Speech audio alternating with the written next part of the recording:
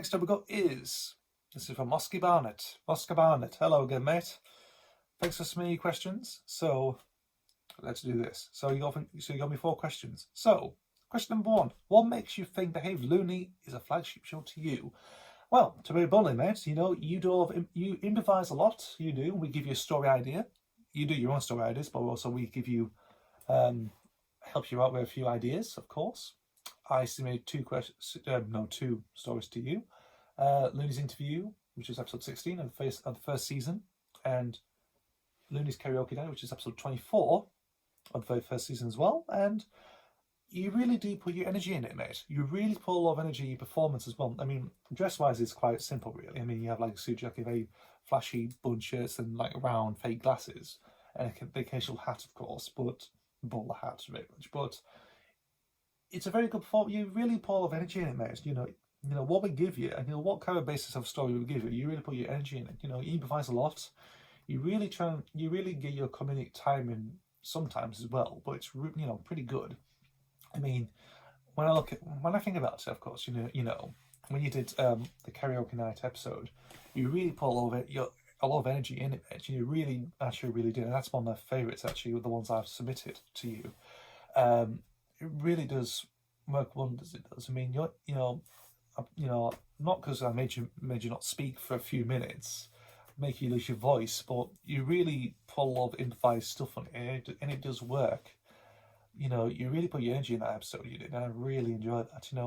I mean, you really do as well. You do put a lot of effort in your shows as well, I do have to think, but Behave Looney, it's your performance, man, because it's you talking to your Teddy as well, which is the Mr. Bean, Mr. Bean parallels, of course, but you really definitely put your awe in it. You really just, we basically give you a nugget of an idea, and you play with it, and you really bring out something wonderful out of it. And that's why I think it's a flagship show, because you really put yourself in it, and that makes it special.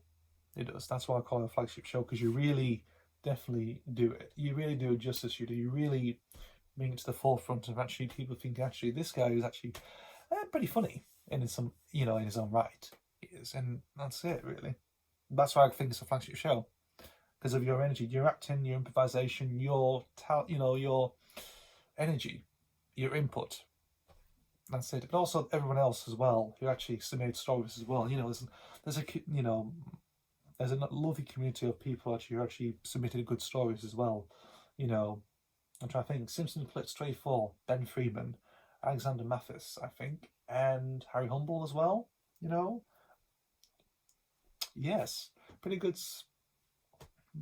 Pretty good community of idealists, I think, maybe. Also just me there as well. I just came in the last minute. Mate actually came through, was it Mayday 51 actually introduced me to you, I think. Yeah, Mayday 51 introduced me to you, mate. That's one of the main reasons. Yeah, but Behave Looney, it's brilliant, mate. I'm looking forward to series 2. I'm looking forward to actually do more collaborations with you. I think I've got 1 idea that's still around, maybe 2, I don't know, but we'll see how the series goes. I'll let some people get in first, with their ideas, your ideas, their ideas. I'll sneak in at some point, maybe midway through, maybe, who knows. But that is good. Question number 2: when did you publish your first YouTube video? That will be February the 10th, 2017. And it's basically just an introduction video of myself introducing to the channel in a black and white filter in how my room actually originally looked. It's quite different now how it was, because my bed was just over here. If you can see the walls behind here, this bit used to be a bed. Now it's here actually. So my room's altered for the past 2 years. So it was basically just me introducing the channel very much. But I can still remember February the 10th, which I did a Q&A video for the very first Q&A video for the channel, which was on February the 10th as a 2nd anniversary. So I still remember that. I mean, not many views on that, but it's just me introducing myself to the channel on the channel. Like, this is my channel. This is what you're gonna get. This is what you might get. It's only about 5 minutes long, it is, but it's all right. I mean, I don't really look back and watch that, and it's just my introduction video to the channel. That's all. Number 3: did you have any favourite children's TV programs during your childhood? Many, mate. I have got many, loads. because I know you have a top 10 you do. That guy called James Tucknice has done for what I've seen, and I've got loads, tons. Because I do Path Nostalgia, I've done many. There's loads, tons. Because I grew up with VHS. I'm from the 90s, I am, and I grew up with many VHSs. You can blame the main reason is you can blame my parents for this. You know, my parents bought me loads of VHSs, different types as well. You know, different types of shows, one-off videos. You know, there's many in there. My collection is it's sparse and weird. It's a weird collection I've got of stuff, very much. You know, stuff that dates back to the 1940s and the 90s. You know, a broad spectrum of shows. Believe me. You know. And I look back on it. I actually found a photo recently of all these VHSs. I was quite surprised. I never knew I watched that. I never knew I seen that. It's pretty weird stuff. So I'll give a countdown of some favourite shows. I mean, the obvious one is Thomas Sanchez and Friends, of course. That is everyone's. No, that's the show. That's the sort of main show that everyone loves as Barry the Children still does. You know that character himself. You know, an earworm. You know, still looms on his shoulder, and you know, basically. Gives you good memories. It does. Postman Pat, of course. I think I've only got one VHS. That's actually the what do you call it? The animated Temple VHS. I think I've only got one of them really. ABC or something. I think it is. I don't know. Because I remember seeing it. I saw it in a picture once, and I think I never knew I owned that. I've had this for years. I've had this for 20 years. More than 20 years. Had this for a long time. That is lovely, that is. That is wonderful. You know, still works as well. That is lovely, that is. You know, Pat and Mrs. Goggins in there. You know, we've got Jessica Cat on the front door as well. Wow. No take Glenn or anything else. It's just them four characters on there. It's lovely, that is. I've had that for years, and inside it's just got glitter inside, but it's lovely. I don't know where it's come from. Oh, there we go, 20 years ago. I didn't realise that. 1999, my goodness. It's a nice little relic of childhood, that is. Lovely. Everyone's going to be shocked that I've owned this for years. People think, I never knew they did snow globes. My goodness. But it's lovely. This is why I love Puss and Pat. That's one of the main reasons why I love the character. Plus, I'm from Kendal as well, so that's one thing. But that's another reason why this thing. Yeah, so that's pretty nice little relic of childhood there. People won't be surprised. I think there'll be got like some shock emojis in the comments. You think, my God, Jesus Christ, you have that? Yeah, I've had that for 20 years. My God, I still love it. What else can I think of? Fireman Sam, again from VHS. Again, Okie Doke, Wind in the Willows, Rosie and Jim, Tots TV, Brom. Teletubbies is another one that I remember from childhood. The Adventures of Paul and Bill, that's another one. I've only got one VHS, so I found it recently. Magic Roundabout is another one. Nolly's Tiny Adventures I've mentioned a few times, of course. I've owned a few VHSs of that. Forward's Farm, that's another one. I've got a couple of VHS of that. That is underrated. Brilliant show, that is. What else? Sooty as well. Williams vs Wellingtons is another one. Pingu is another one. Think, man. I'll probably say Tweenies as well. I think I remember seeing Tweenies back in the day. Paddington is another one. I think two different versions of Paddington. The original 70s TV show, and then the Nirvana animated show with Jonathan Kidd as the voice of Paddington. Remember that? What else? Rupert, the Nirvana version of Rupert. I remember growing up years ago. Barney, not Barney the Dinosaur. I remember Barney the Dinosaur, but I never watched him really. Barney the Dog. Who remembers that show? About was he trying to become a TV actor, something like that? A sheepdog with a mouse in his head. Was it Tim Brooke Taylor and Harry Enfield? My goodness. Yes. What else can I think of? Dora the Donkey. That's another one. That is. Dora the Donkey. What's another one I can think of? I'm trying to think of any others. I think Clangers is another one actually. Mr. Ben, Danger Mouse is another one. But in terms of, I think in terms of VHSs, really, like from childhood. I mean, if I have to regroup this again, don't I, mate? You really made this difficult, Oscar. You really made this difficult for me. You basically just. Let me try again. Thomas Tanch and Friends, Postman Pat, Fireman Sam, Pingu, Rose and Jim, Tots TV Brum, Wind of the Willows, Noise Time Adventures, Sooty, Always Farm, Magic Roundabout, Adventures of Paul and Bill,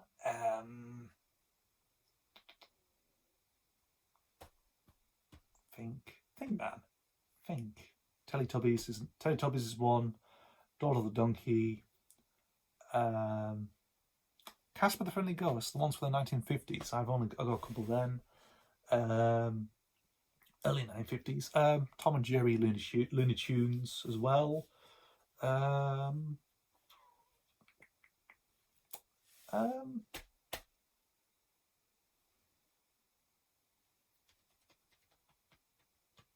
think something like that, really.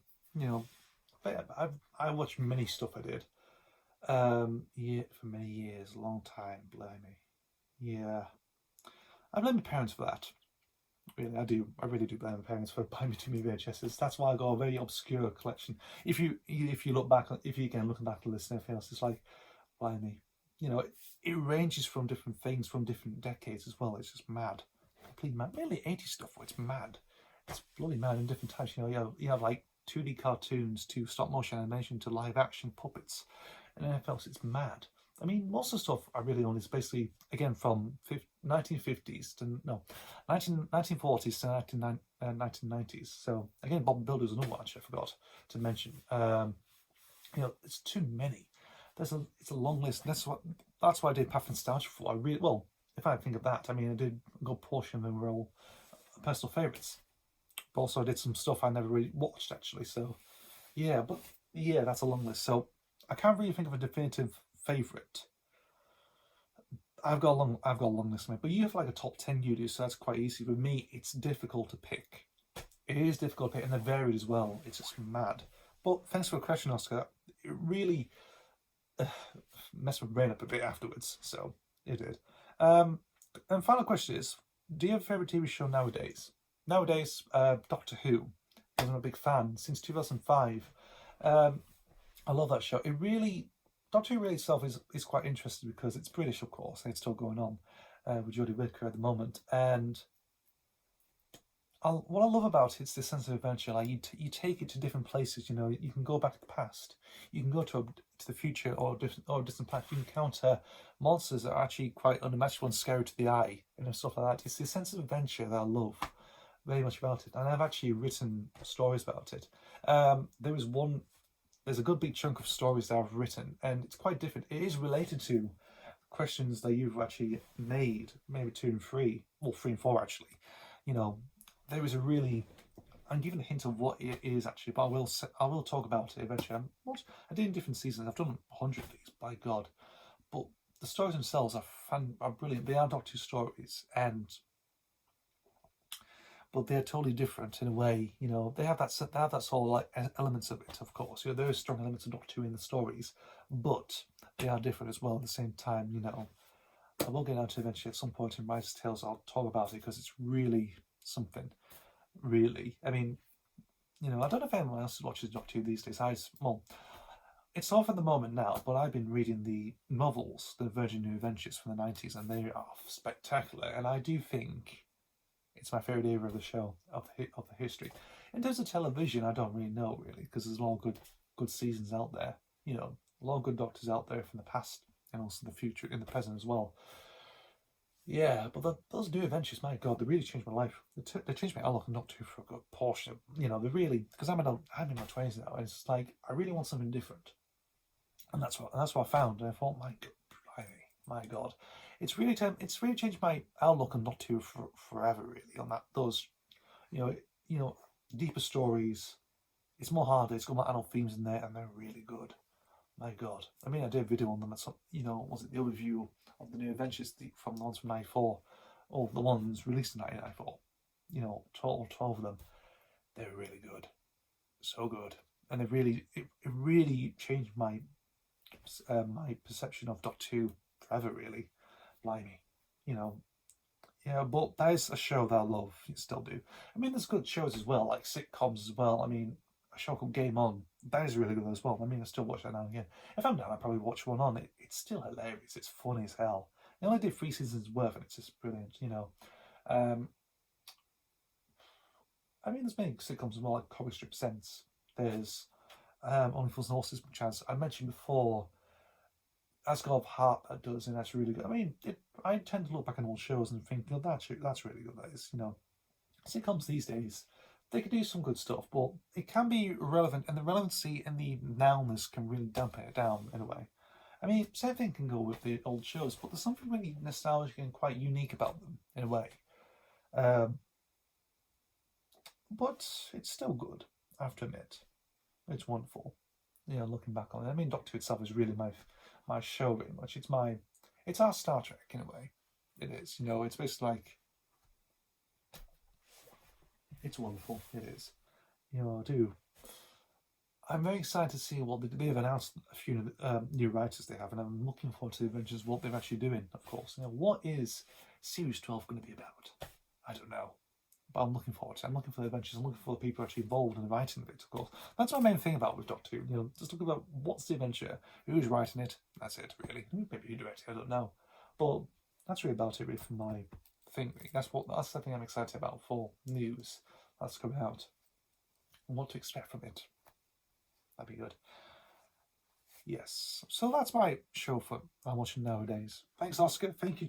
Thanks for the questions, mate. Cheers, mate. And I'll see you whenever, mate. Okay.